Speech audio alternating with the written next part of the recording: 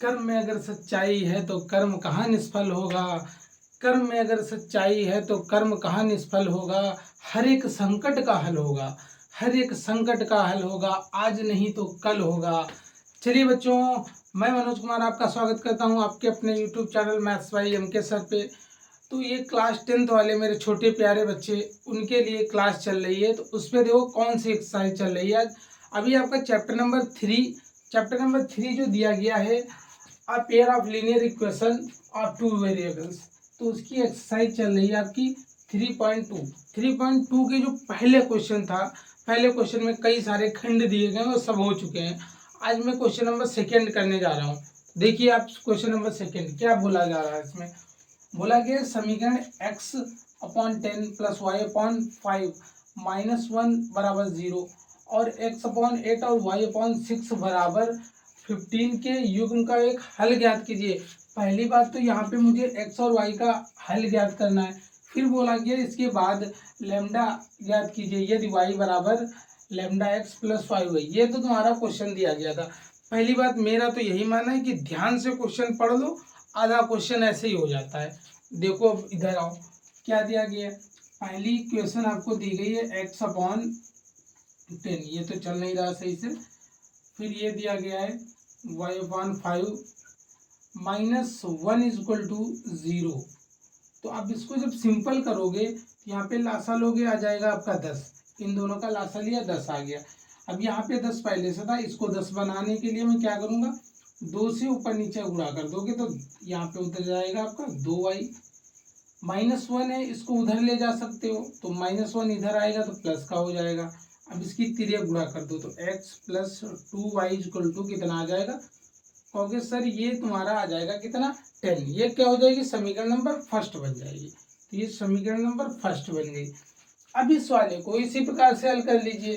क्या हो जाएगा, ये दिया गया x/8 + y/6 = 15, इतना दिया गया है।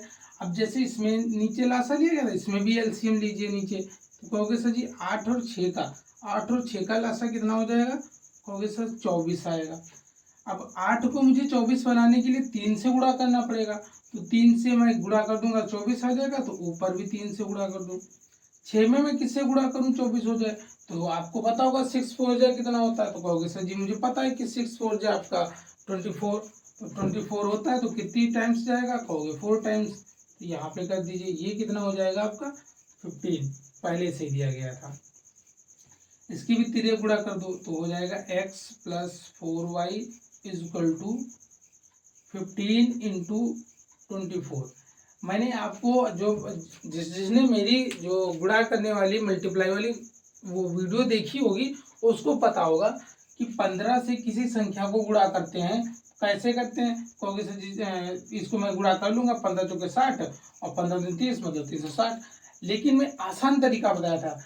ये 24 है, 24 का आधा कितना होगा, कहोगे 24 का आधा सर 12 होता है। इसमें जोड़ोगे तो 24 और 12 36 आएगा।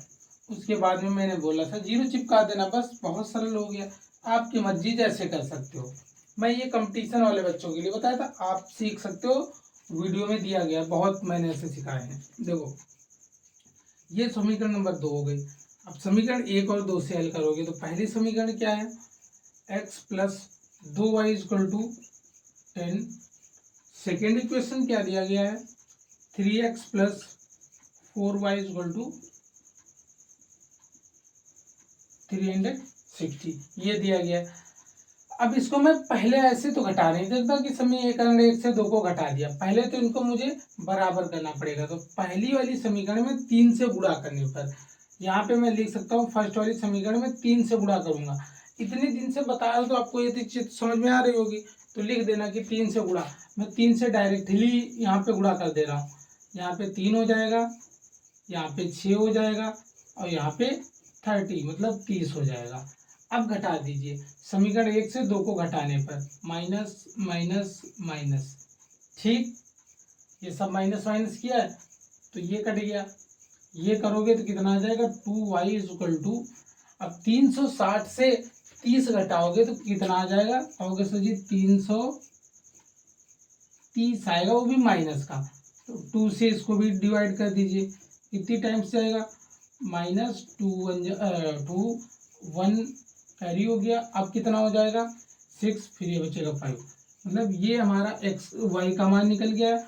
वाई का मान समीकरण नंबर 1 में रख दीजिए, ये समीकरण 1 है।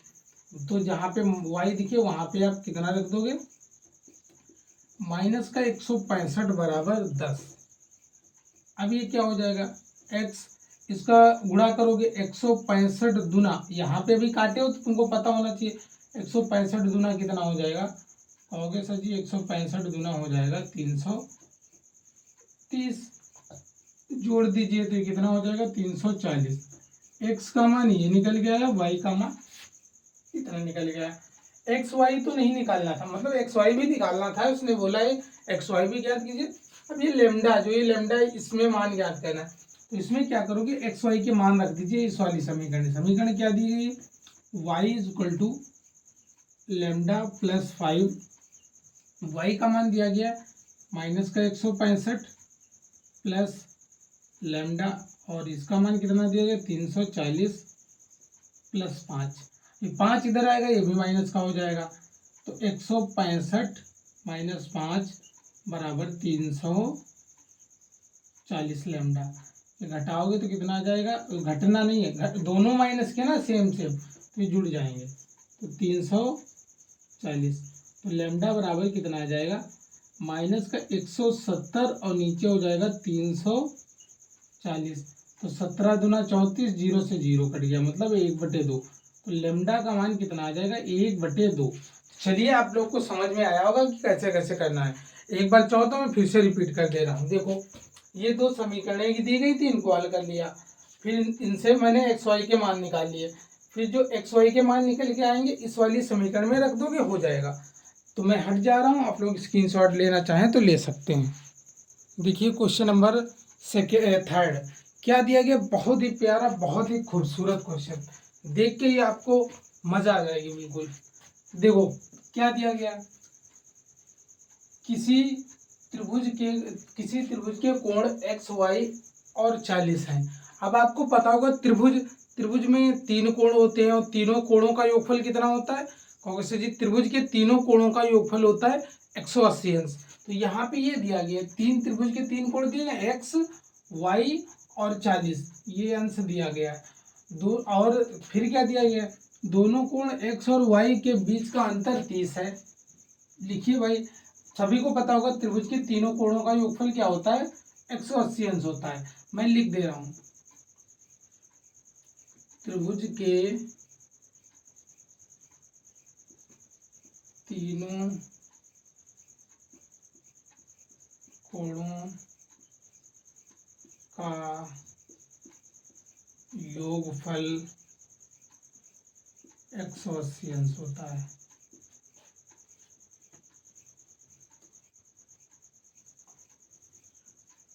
ये चीज बहुत इंपॉर्टेंट है, याद रखना है, ये याद होगा तभी ये क्वेश्चन हो पाएगा, अन्यथा ये क्वेश्चन गलत हो सकता है। चलिए मैं आपको ये बता दूं, जैसे आप लोग ये वीडियो देखते हो तो देखते हो कि नहीं देखते हो मुझे नहीं पता, मैं इतना नहीं देखता हूँ, बस ये देखता हूँ कि हाँ बच्चों ने इतने देख लिए, पता नहीं पूरा देखते हो कि थोड़े देख लिया छोड़ दिया। तो आपको एक चीज़ बताएं, जैसे आप इस तरीके से पढ़ा करिए, इस तरीके से कोई भी चीज़, जैसे वीडियो देख रहे हो तो इस तरीके से देखो।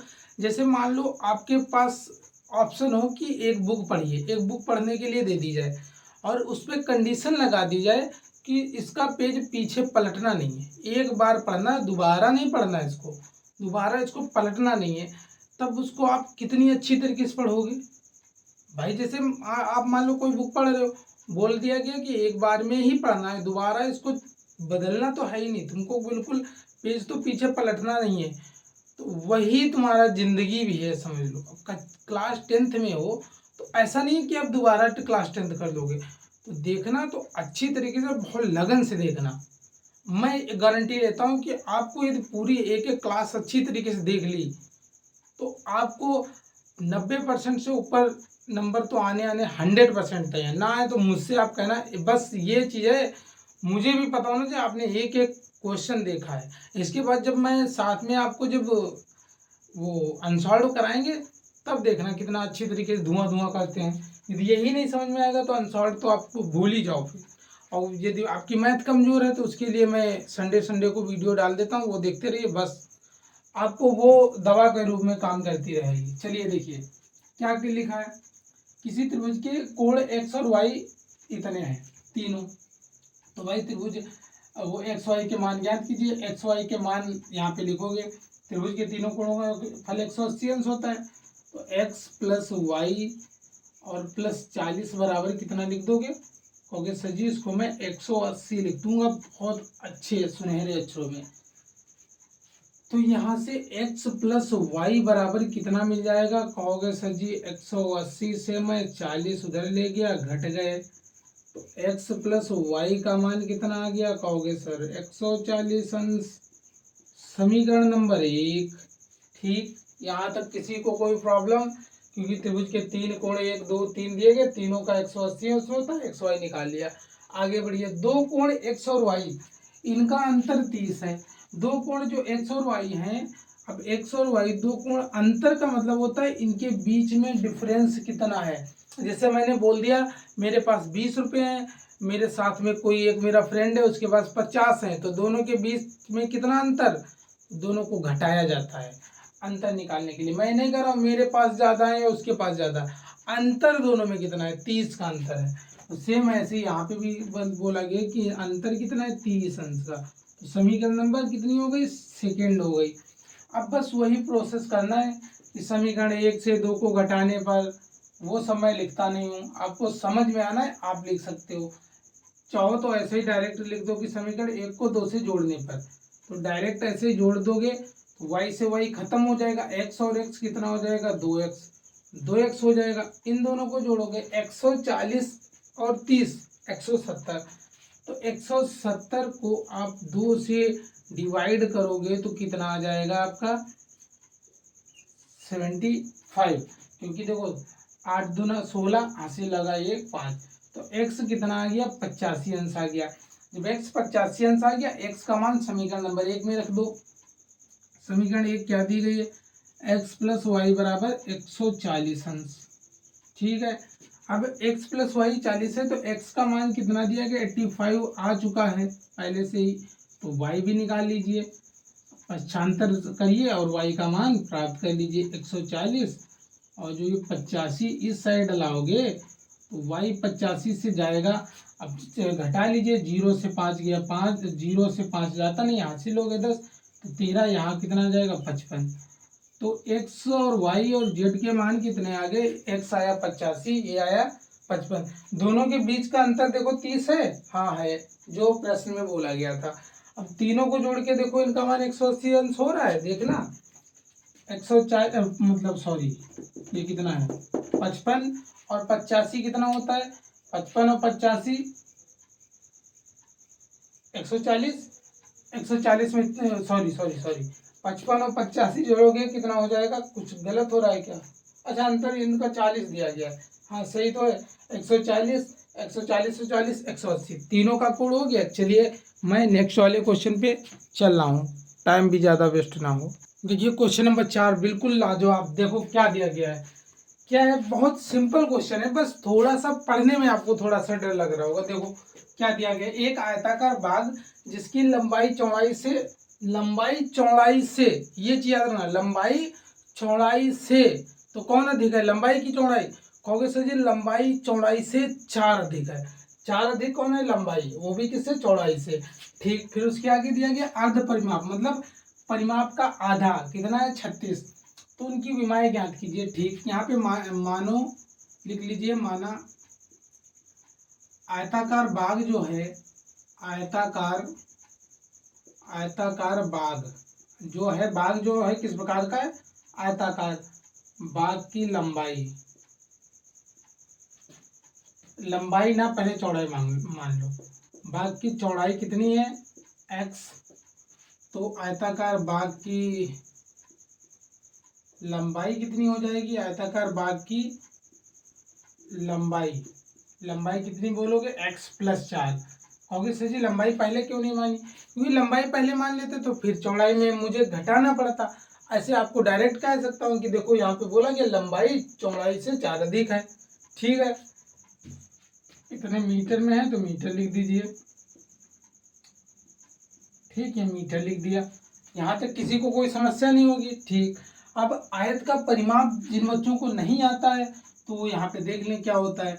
यहाँ पे ये लिखोगे आयताकार जो बाग है, आयताकार बाग, आयताकार बाग की लंबाई, आयताकार बाग की लंबाई, सॉरी, आयताकार बाग का परिमाप,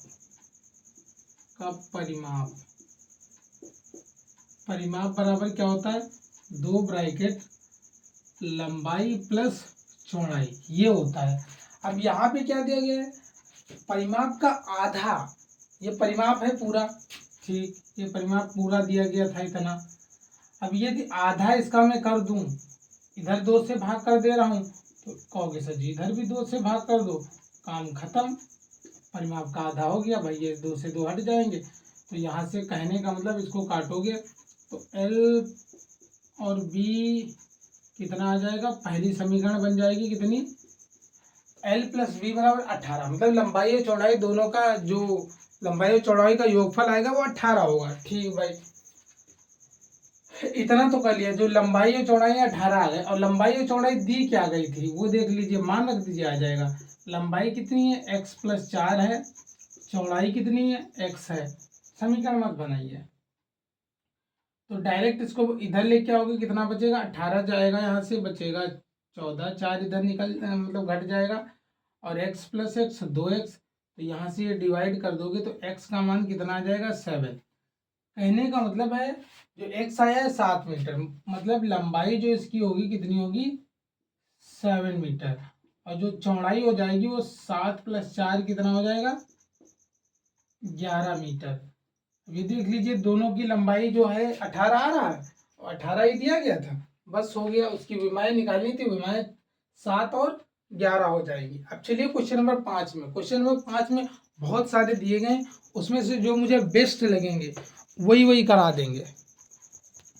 देखो क्वेश्चन नंबर 5 क्या दिया गया है, निम्नलिखित समीकरण के युग्मों को विलोपन विधि या प्रतिस्थापन विधि, वो यहाँ पे आप पे डिपेंड करता है, कौन सी आपको अच्छी लग रही है, कौन सी सरल लग रही है, उस पर हल करना है, कौन सी अधिक उपयुक्त है। तो देखो मैं इतने 5 बता रहा हूँ, इसमें बहुत सारे कितने 8 तक दिए गए हैं शायद, तो मैं इसमें से जो मुझे लगा कि हाँ ये कठिन हो सकता है, ये कठिन हो सकता है, 5 ले लिए, 5 ही आपको बताऊंगा, देखना। और बहुत ही सिंपल तरीके से बताऊंगा और छोटे छोटे बताऊंगा, बार बार मैं ये नहीं लिखूंगा समीकरण इससे ये घटाने पे, बोल दूंगा, आप लिख सकते हो, आप इतने बड़े हो, मैं जानता हूँ, सब मेरे बच्चे जानते हैं कि मैं लिख लूंगा।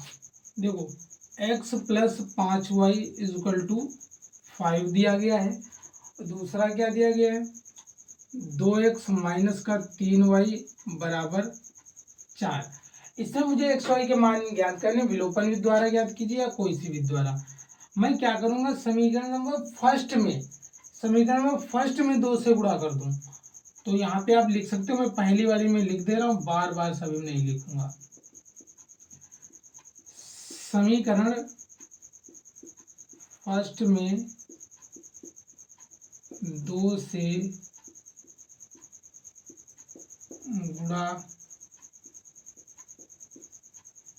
करने पर, करिए भाई, 2x प्लस 2y बराबर कितना हो जाएगा, 10। ये 2x माइनस 3y बराबर कितना हो जाएगा, सॉरी 4। अब ये घटा दीजिए, माइनस प्लस माइनस, ये कट जाएगा, ये 5y इक्वल टू कितना हो जाएगा, 10 से 4 जाएगा 6, तो y बराबर कितना हो जाएगा, 6/5। y का मान कितना निकल गया है, 6/5। ये वाला समीकरण नंबर 1 में रख दीजिए।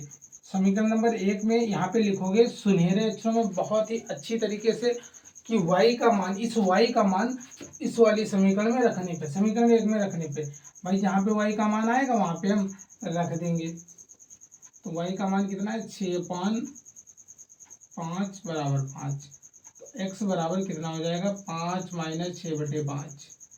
एलसीएम लोगे तो कितना हो जाएगा, 25 में से 6 जाएगा, कहोगे सर जी 19/5, ये आ गया समीकरण नंबर फर्स्ट और सेकंड का मान, मतलब x और y का मान देख लीजिए। तब तक मैं पानी पी लेता हूँ, आप लोग इसको छाप लीजिए कितना आ रहा है।